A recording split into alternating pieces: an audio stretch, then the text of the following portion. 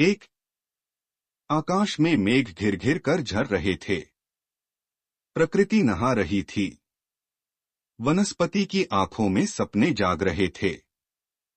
आम्र वनों की कोकिल का स्वर उस वर्षा में गीला हो रहा था।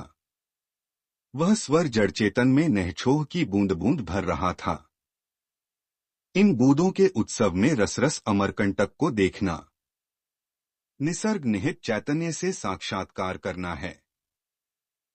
प्रकृति के उत्सव में स्वयं को उल्लास की फुहार बना देना है। संदर्भ: प्रस्तुत गद्यांश में लेखक ने वर्षा ऋतु अमरकंटक की नैसर्गिक छटा का अनुपम चित्रण किया है। प्रसंग: यहाँ अमरकंटक की वर्षाकालीन सुंदरता का वर्णन किया गया है। व्याख्या: लेखक कहते हैं कि वर्षा ऋतु के आगमन के साथ अमरकंटक में मेघाच्छादित आसमान से झरती गिरती हुई जल की बूंदों से ऐसा प्रतीत हो रहा था मानो सारी प्रकृति स्नान कर रही हो। ग्रीष्म की तपिश से स्वप्न में लीन सी मुरझाई हुई वनस्पतियां वर्षा की बूंदों के स्पर्श से जागृत होने के समान दिखाई दे रही थीं। आम्रवन के झुरमुटों में कूकती कोयलों के मधुर ध्वनि वर्षा की बूंदों से मानो गीली होकर जड़चेतन दोनों को स्नेहानुराग से अभिसिंचित कर रही हो।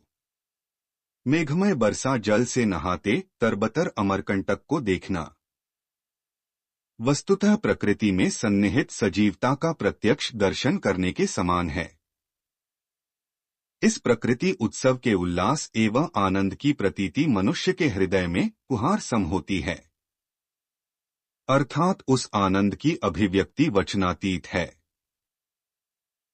विशेष एक, वर्षा ऋतु के आगमन एवं वृष्टि के समय अमरकंटक के सौंदर्य का गजब का चित्रण। 2, विषयानुकूल भाषा। 3, मानवीकरण एवं पुरुक्ति प्रकाश अलंकार। 2, कितनी अद्भुत बात है कि अमरकंटक के पूर्व और पश्चिम में सोन तथा नर्मदा दोनों ही हैं। कपिल धारा से आगे नर्मदा पत्थरों पर बिछलती हुई आगे बढ़ती है। थोड़ी दूर पर ही दूध धारा है। यहाँ पर नर्मदा अनेक धाराओं में बंटकर पत्थरों पर से बहती है।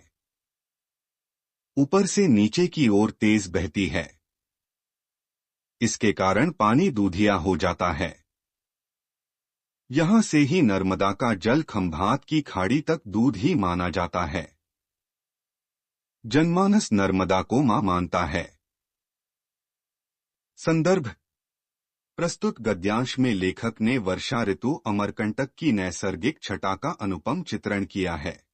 प्रसंग: नर्मदा के नैसर्गिक सौंदर्य सह नर्मदा के प्रति जनमानस की श्रद्धा का चित्रण किया गया है।